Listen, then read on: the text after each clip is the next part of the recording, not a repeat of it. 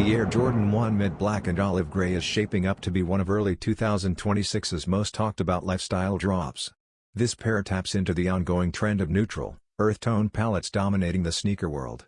Mixing soft tumbled leather with premium nubuck overlays, the shoe delivers a clean, muted aesthetic that resonates with today's toned-down styling. The olive gray hits on the toe, heel, and swoosh blend smoothly with jet black overlays, while a sail midsole adds balanced contrast for everyday wear. A small pop of light wild mango on the tongue tag gives a subtle modern twist without breaking the minimalist feel. Even without ties to Travis Scott, the color blocking echoes the neutral-driven vibe popularized by some of Nike's biggest releases.